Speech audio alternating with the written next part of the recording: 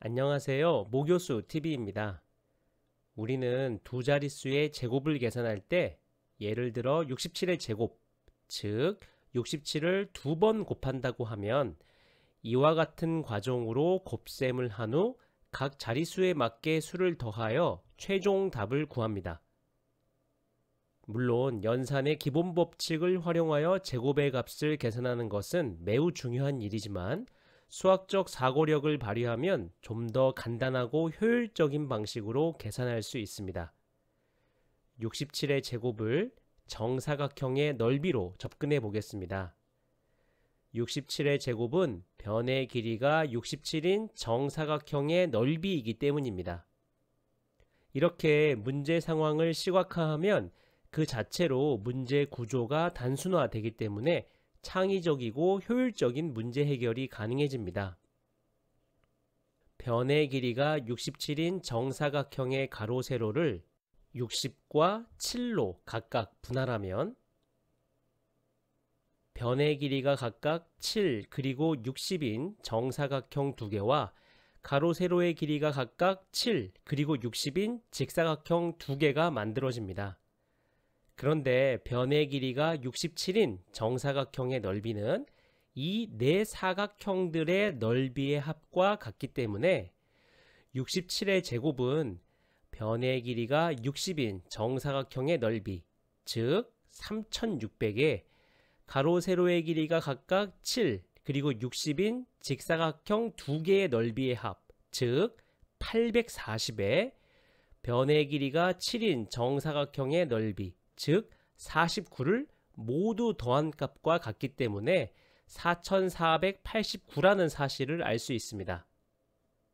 계산 과정에서 다뤄야 할 곱셈의 복잡도 측면에서 볼 때 기존 방식보다 새로운 방식의 복잡도가 훨씬 낮습니다. 이제 머릿속으로만 이 그림을 떠올린 상태에서 67의 제곱을 해보겠습니다. 6의 제곱에 100을 곱해서 3600.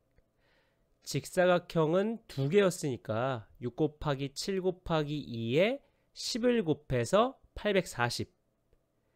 7의 제곱 49. 이 세 수를 더하면 4489. 54의 제곱을 통해 한 번 더 연습해 보겠습니다. 5초의 시간을 드릴 테니 직접 계산해 보세요.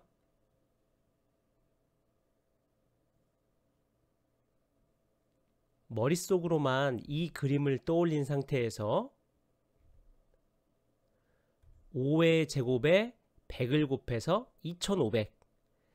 직사각형은 두 개였으니까 5 곱하기 4 곱하기 2에 10을 곱해서 400.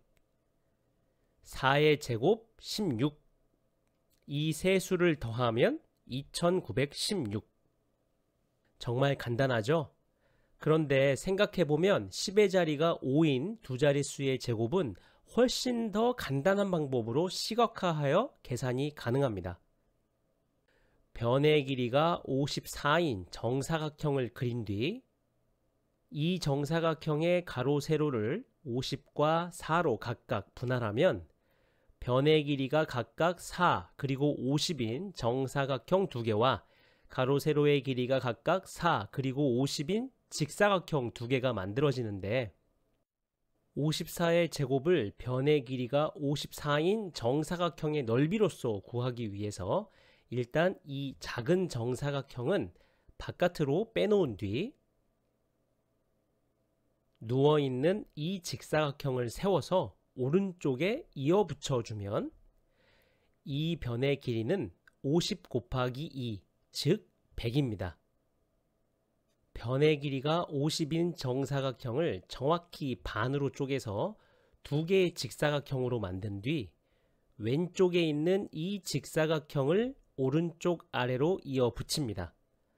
그럼 이 변의 길이는 50의 절반인 25이므로 이 변의 길이는 54-25, 즉 29가 됩니다.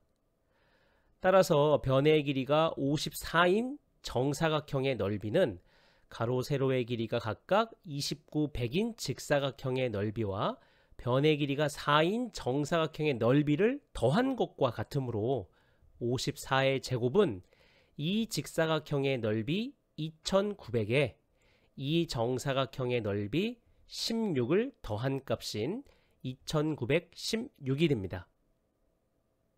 기존 방식은 세 수를 더해야 하기 때문에 암산이 힘들 수 있었지만 새로운 방식은 두 수만 더하면 되기 때문에 암산도 가능합니다.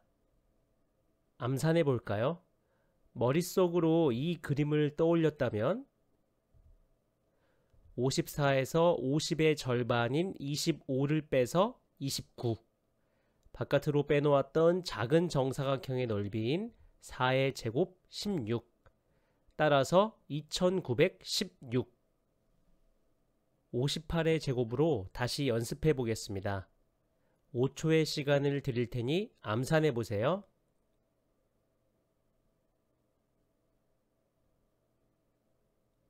(58에서) 50의 절반인 25를 빼서 33, 작은 정사각형의 넓이인 8의 제곱 64, 따라서 3364.